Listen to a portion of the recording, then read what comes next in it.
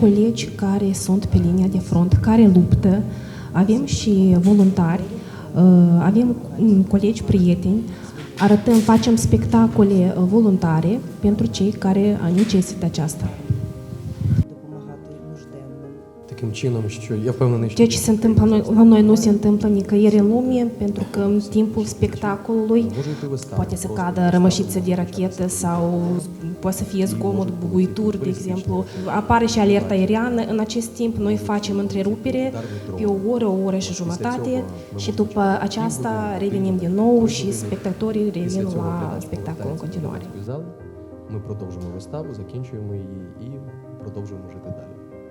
Українці люблять свою історію, свою... Ucrainenii își iubesc istoria, trecutul și respectiv își valorifică trecutul. Și noi dorim în continuare ca să promovăm cultura ucraineană în lume chiar la astfel de festivaluri. Побачили, які українці, яка є класика в Україні. Хочу подякувати. Eu aș vrea să vă mulțumesc țării dumneavoastră pentru toată susținerea acordată Ucrainei și inclusiv pentru susținerea culturală. Eu sper că relațiile noastre culturale vor continua încă mulți ani la rând. Тому що це потрібно як нам, так і вам, такий взаємообмін. Și de ce spiritul nostru cultural nimeni nu o să poată să înfrângă nici pe front și nici în domeniul artei, a culturii. Iar jos pălăria pentru spiritul, pentru caracterul care îl au, noi le datorăm lor că rezistă, pentru că putem activa în libertate și nu zboară deasupra capului nostru, cum a relatat mai sus rachete în timpul spectacolului. Vă mulțumim!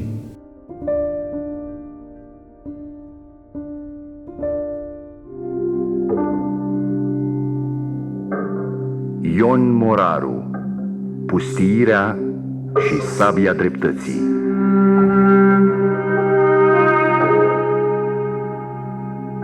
Scenariu radiofonic de Ion Costin Manoliu. Regia artistică Petru Hadârcă. Moldova dintre Prut și Nistru, Basarabia, răpită din trupul cel mare al Moldovei lui Alexandru cel Bun și Ștefan cel Mare și Sfânt, a stat 106 ani sub stăpânirea Imperiului țarist rus. În 1929, în satul Mândâc din județul Soroca, m-au botezat Ion, dar cu tank. Și merge fără cai? Din tank au ieșit niște soldați care aveau pe chipiu stele cu 5 colțuri. În acest an veți învăța scrisul și istoria țării care se numește Uniunea Republicilor Sovietice Socialiste. Cum? Nu se numește România?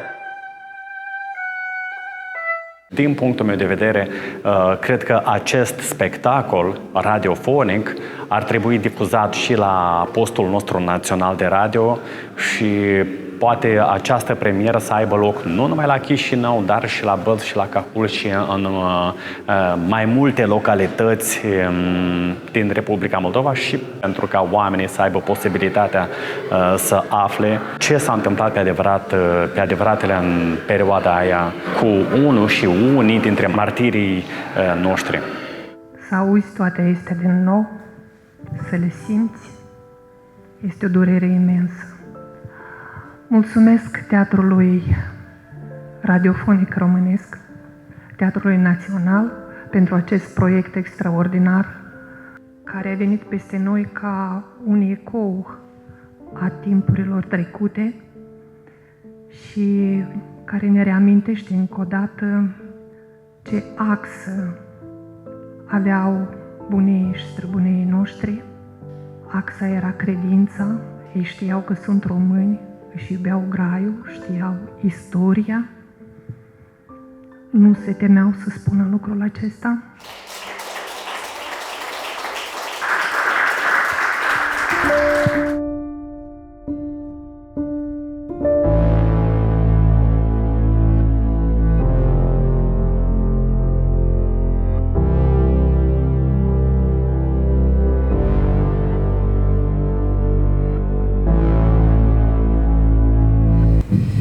sunt atâtea lucruri.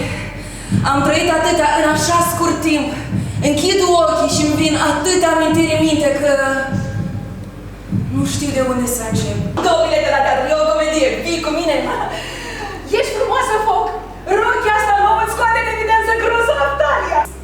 Hai și-ți repet că trebuie să vorbim mai mult, noi două. Iar eu îți tot repet că mi-e greu, ce vrei să fac? Mama! Mama! Un spectacol foarte emoționant și profund. De mult am auzit de acest spectacol și chiar îmi doream să-l văd. Relația cu mama este una veșnică care trebuie permanent să lucreze asupra ei. Îmi doresc foarte mult ca acest spectacol să se mai repete și foarte multă lume să-l mai vadă. Cu trupa de la Cahul deja am o colaborare așa mai strânsă, o colaborare care durează de câțiva ani și pot să îndrăznesc să zic că simt cursul spectatorilor, adică deja am început să lucrez cam pe ceea ce cred eu de cuviință că ar prinde și pentru public și ceva ce ar fortifica dialogul între public și trupă. Textul lui Marta Barcelo este un text are și duritate, așa, are și foarte multă poezie, sunt 2 partituri extraordinare. Am fost curioasă și să înțeleg personalitatea dramaturgei, așa, pentru că e o dramaturgă foarte bine cotată, o dramaturgă montată, care produce interes în întreaga Europa și am considerat de cuviință să fie montată și la noi în Republica Moldova. E pentru prima dată montată Marta Barcelo.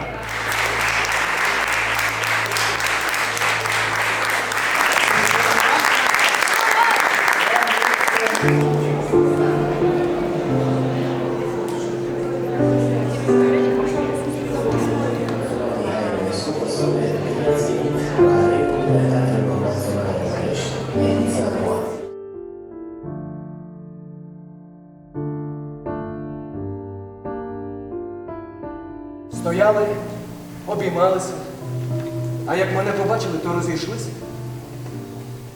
Ну а що ти думав, що коли ото до неї залицявся, то більше до неї ніхто й не притулиться? Чом не йдеш? То йди. Чом не йдеш? Ти пішли. Чом не йдеш? Дівчата таких, як я, не люблять. А які такі дівчата? Та всі вони однакові. Гляне на мене. Він сам до мене вернеться. Коли так сталося? Тоді Степане набіг, тоді Степане набіг.